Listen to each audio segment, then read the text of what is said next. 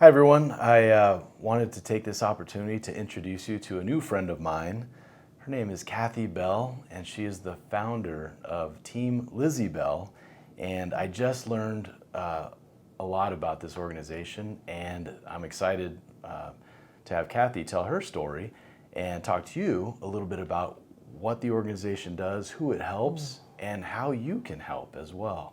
So Kathy, thank you for coming today. Oh, I love it. Thank you so much for having me. And yeah, absolutely. I'm excited to share your story and Lizzie's story. And Lizzie's story. And yeah, so tell us a little bit about what Team Lizzie Bell is and what it does. I think it's interesting being Lizzie Bell's mom and in this community because so many people, I already start crying. You almost got me too. Oh my goodness, because she's going to turn 30 this May. That's exciting. And she was 7 weeks old when we showed up at a normal doctor's appointment and found out that she was not looking right. And so the doctor told us to just get right over to the hospital. We got to the hospital and a nurse took one look at her and started running down the hall and started yelling for doctors to come surround our baby. So you're there with a 7-week-old baby, you're kind of looking around at like what the heck's going on.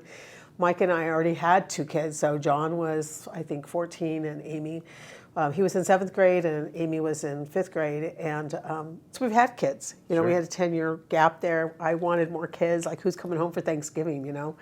We're raising our kids so fast and it's just over so fast. So Lizzie was an idea for 3 years. And we have this child and all of a sudden something's very seriously wrong. We found out that she has one of the rarest marrow failure conditions in the world.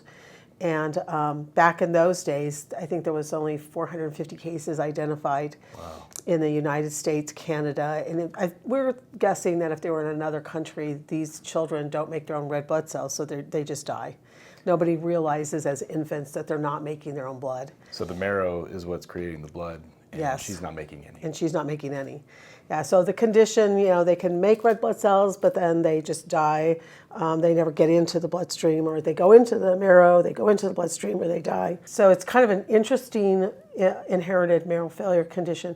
Most people would know like sickle cell, or they know, well, that's a cell disease, but most people would know thalassemia or Fanconi's anemia or you know, aplastic anemia, they'll know something like that. So diamond black fan anemia is very, very rare. So we were thrown into this world of pediatric intensive care units, constant hospital visits, and I think that the part that is so emotional is that, you know, she's coming on 30 years, but we had to immediately work with the American Red Cross. And this entire community surrounded us. And what could they give us? You know, they had to give their blood. They had to donate blood so that our baby could live. And they continued to donate blood for her till she went through her marrow transplant until her 20s. So this is 20-some years where this is a child, these are children that have to require blood and blood components. How often? Depends if something's wrong. If they get sick immediately, they have different situations where they have to go get blood because the red cell count goes immediately down. So you could go in the hospital 1 week and 10 days later be back at the hospital. Typically, you're there at least 1 to 2 times a week just for blood. Now, there's all the other things that you got to deal with. So, yeah. So you're at the hospital. You know, the hospital was our home. It's kind of funny. I have to tell you a quick story that Mike is an attorney here in Tucson. And, you know, as a young bride, you were thinking about the house and the microwave oven and the white picket fence and those sort of things. Well, I got the house, man. I got a house loaded with kitchen and cleaning and rooms, and it's called University Medical Center. I mean, we lived there. And that, you know, that place really became our second home because we were there so often. So you have a baby. And you had 2 other children, Yes. And you know, completely normal lives, right? Yes. And then you walk into the situation where you have no control over No control. anything. Everything stops. And you're your heart sinks, and you're in a situation where you're at the mercy of Yes. the community and everyone else. Yes. To be kind and help you. Yeah. You know how many people want to donate blood? Here, give me that needle. It's yeah. I've actually a blood donor myself. Oh, thank you. Absolutely. I have O negative blood. Oh, with you're special. and neonatal. Wow. So Yeah. you're one of the baby brigade? I am. Oh my gosh. Yeah. Touch. Whoa. These are life-giving cells. Yeah.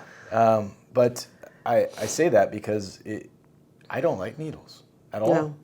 No.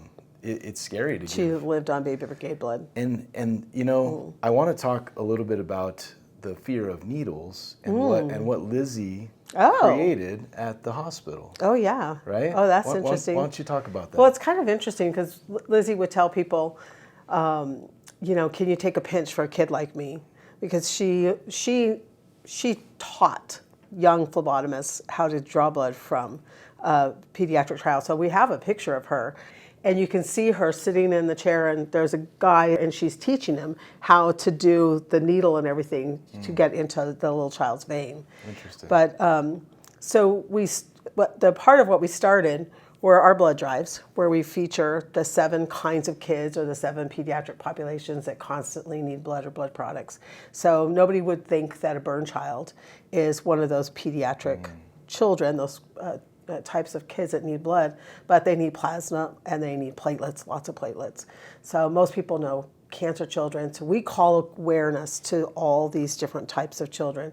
And we call awareness to the toys that these children, so we have toy closets and toy bins and toys. We must collect tens of thousands of toys constantly every year. If you want to do anything, in addition to giving blood, burn children need different toys than a pre-surgery child. Premature baby, the siblings will need toys, but the way we use toys or the staff uses toys inside of a pediatric clinic or intensive care unit is very different than you would ever expect. We need bins of baby rattles and teethers and so many different types of toys, but that's her big deal. Yeah, toys. Lizzie thought of an idea of if you're going to get poked, you get a toy. You get a reward after that, right? So when you think of a child being afraid to get poked in the arm, and sometimes they're promised crying, a toy, right? Sometimes crying about it, you have some type of reward behind it, and they're looking forward to that toy, not so much thinking about the poke. Yeah, somebody started the toy bin, but every time the kids went to the toy bin, it was always empty. Now, it didn't occur to me, it didn't occur to my husband to like fill the toy bin. But the story is that she watched a child really having a difficult time with the needle that day. And the nurse kept promising, as soon as we get done with this, you can have a toy. And once everything was said and done, they go to the toy box, open the lid, and he yells out, "No toys," and he starts crying. And the nurse starts crying. She said, "I know there's no toys." And so we find this letter that Lizzie wrote. And she talks about, please, please, please, if you can help us, please donate toys.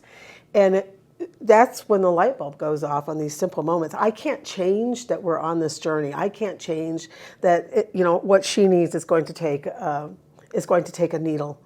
I can't change any of the things that all these must happen to these children that most of us will never understand or know. But can we get a toy there? We absolutely can. Can we get a toy that a pre-surgery autistic child is going to need and that the staff knows what that toy is? We absolutely can. Can we do what is necessary for these children on the things that we cannot buy? We cannot buy plasma. We cannot buy platelets. We cannot buy red blood cells. We have to take the needle and donate blood for these children. And yes, we can donate the right kind of toys. If you're a physician and you've done brain surgery on a child, the physician asked, she said, I need like a floor mat and I need a little people village because this toddler is not going to want me touching him. And so we got her everything she needed, and the mom and the doctor sat there, and the little kiddo played with it, and she could see fine motor, she could see gross motor, she could see what this child could do because we had her toys in her space. Right. So yeah, I could be a professor of toy therapy, science, whatever. I need a PhD in this, but I mean, we started this because Lizzie, we would go into the clinic, and I would go down and get lunch. And I would come back up, and there's all these kids. They're also getting treatments and infusions. And the other parents didn't go down and get lunch. And that was like, how is it? I know these kids are on steroids, and the most painful hunger is the steroid hunger. Right. And, these kids, nobody was going down, and nobody brought out a peanut butter and jelly sandwich, and nobody was, I was like, oh my God, there's people cannot afford a meal. So I would go down and pulling 20s back in those days out of the bank account and going into the cafeteria and buying hamburgers, and we'd cut them and we'd fries and whatever. And I finally worked with, at that time I was working with Dr. Kevin Lehman, the famous author. And so he and I approached Steel Children's Foundation at the hospital. This was way back when. And there wasn't that ability to create a lunch card or a lunch revenue opportunity so that families could just go get meals, and that he would put it all over the radio in order to make sure that we had food for these children and their families. Today that's different, but that's when my husband said, well, we need to start a nonprofit so we can get lunch cards. So here we are 21 years later. Yeah, and it's a little bit bigger than lunch cards. That's amazing. I love hearing the story, and I know you touched on donating blood, specifically donating toys. Is there anything else out there that our audience might be able to do to help the organization, and specifically kids? It's easy for me to donate to children in anything, sports, education, whatever it is. Amen. Yeah, I agree. The kids don't have the decision-making process to ask adults for things. Right. Lizzie's a little special because she started asking at a young age. She did. Right? And, oh yeah. And but she was funny. But what else can we ask for? Well, here's the thing. I think here's a couple of things that I would ask. If right now you had a leak in your home and you were to go to your phone, would you have a plumber on there? You would have a plumber on there. You would have somebody to take care of your pet. If your television goes out, you would have a number on your phone. Everybody needs to put Team Lizzie Bell on their phone. They need to know that if there's a situation in their school, if there's a situation in their neighborhood, if there's a situation in their church, there's a family. We're a board. We are a group of people in Team Lizzie Bell, and we help when you get the diagnosis. We help because other people tell families. There's the source in the community to help. You get the diagnosis and you go, oh my God, my life's changing. And you hear, okay, here's the social worker, here's the doctor, everybody's telling you what you got to do. Take that roadmap and you meet with people like us, and we sit there and we help you figure out what all those next are going to be. Not only do we do that, we give you a grocery card, we give you a gas card. We help make the connections with whatever entities, if it's a private foundation or somebody like the Diamond Black Vein Anemia Foundation, which is up in New York City. We help to understand that those first footprints are going to be vital for you. There was a family going back and forth to Phoenix. We helped put tires on their vehicle. Wow. We've had families where the child has passed away, so we help.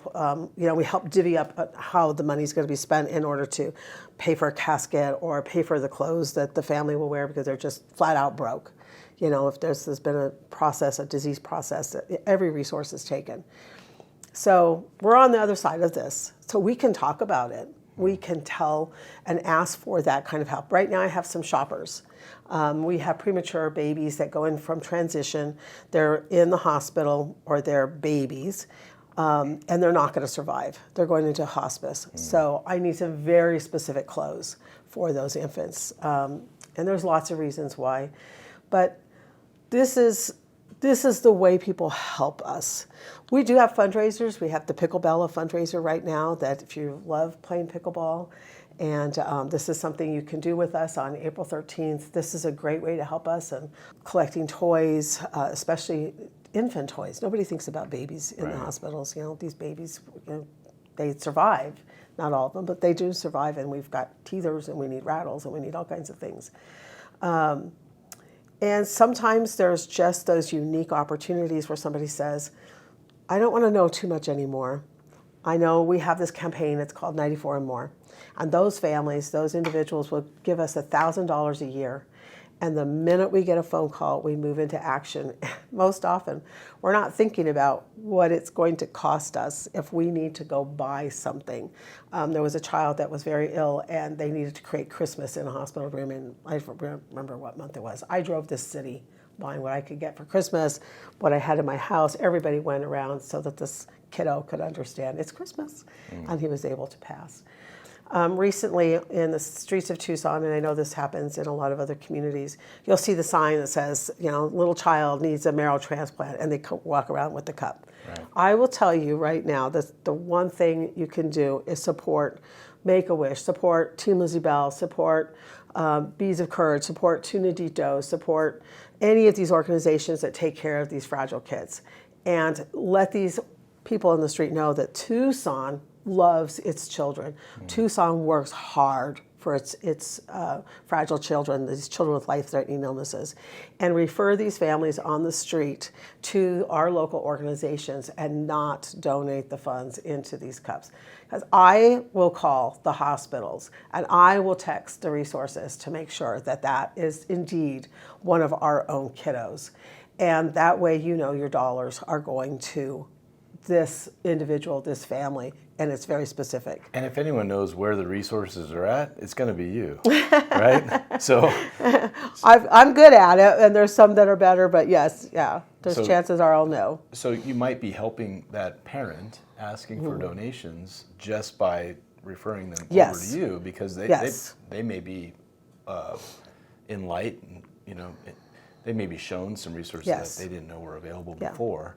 Trying to find them on their own. There's a healthy net of individuals and organizations here in Tucson that really do work hard. And because of that, we can say, okay, we'll take this entity, we'll take the tires, and we'll work with Jack Furry, or we'll work with different people in order to get tires on a vehicle, and we'll pay that directly to the company that's assisting, whatever the need is. And then you'll be the one saying, okay, they're going to be, I've got hotel points. They've got to stay in Phoenix for a few days in order to see those physicians. And I've got airline points, or I've got this. And so everybody rallies so that we get we get what is needed for this family. That's amazing. And that way, that it's going directly to what has to happen for the moment. We're all about the moment often, and if a family is going to be chronically in a situation, we have to pass and move them into those resources that stay chronic with families. But we're all about that. We know what it was like the minute you get that diagnosis. Sure. And you're a puzzle, you're a 5,000-piece puzzle. It's dropped. There's no longer a border. You don't even know what the picture is anymore. And you have to start remaking yourself. So, I'm wearing this bracelet today. It's very beautiful. It's beautiful. And part of it is that when I talked about toys earlier, the older kids like the kits or the basketball hoops that you can attach to the door. Sure. This bracelet was made by this little girl here, Grace. And Grace became our toy ambassador. This is my daughter, Lizzie, and this is Grace. And Grace had several different syndromes going on. And she was constantly in the hospital and had all different kinds of doctors. So she loved kits. And this is the bracelet she made us at Team Lizzie Bell. She made me at Team Lizzie Bell and thanked me for all the things we did for her and her family. So Grace has moved into the great beyond, into a better place and space for her, as much as it breaks her parents' hearts and our hearts. But this girl knew her toys, man. Let me tell you. These kids know their toys. So you want to know what to get these hospital kids, these clinic kids, we'll certainly put you in touch with that as well. That's a great story. Thank you for sharing. Yeah, I wear my bracelet. She loved purple. Yeah. You're like super mom right now. I know you didn't have a choice when Lizzie was diagnosed, but you have a choice now, and your choice is giving back to everyone who's helped you throughout the years, and man, that just touches my heart. So it's a big task. I can't think of a better way to assist, sponsor, support, do whatever I can to make sure that you have support, because your heart's in the right place, and thank you. And I love everything that you just said. Oh, I appreciate it. It's nice to be on the other side Lizzie had her bone marrow transplant, and we're at the 10-year mark. So we get to meet her donor. This fall, we'll meet her donor. That's exciting. It's very exciting. While you're living through this, a lot of these families have a lot of shame and they have a lot of guilt because you can't make your ends meet and you don't know. And it's nice to see, on this side of the camera and this side of the situation. But while you're living through it, when you have to talk about some of the stuff, it's where you think you're going to lose your mind. So every insurance policy we ever had, every dime we weren't making our house payments. To go to try and figure out how we were going to make ends meet to save a child's life. So that's, I think,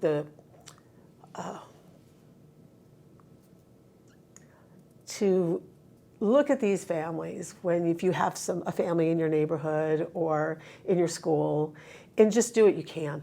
Really do what you can and leave any kind of judging. Sometimes Lizzie would be NPO, and NPO means you can't eat because she's going to have procedure. I would go to the ends of the earth to get her. She said, I wanted steak afterwards. It was like, I would go for that steak dinner. You only have so much time, especially too, so it's like you got to hit wherever you can hit because then you got to get home and put her back on a pump. But, people can judge that you're using money that, wasn't necessary. But when you're living that lifestyle, if that's what they need, that dinosaur chicken nugget, if that's what's going to make a difference to them, honey, let me tell you, I'll pay the extra $3 to get the kid dinosaur chicken nuggets because it matters. So I think that's just the heart. And if you can't do something for these families, that's okay. Just you have a special niche in whatever it is that you're on this earth to do, whether that's juvenile diabetes or that's some other nonprofit or some other venue, that's fine. If you do have a passion or something that nudges you for these families, then, I'll field ideas with you to better understand how to serve the numbers of children and the families in our community.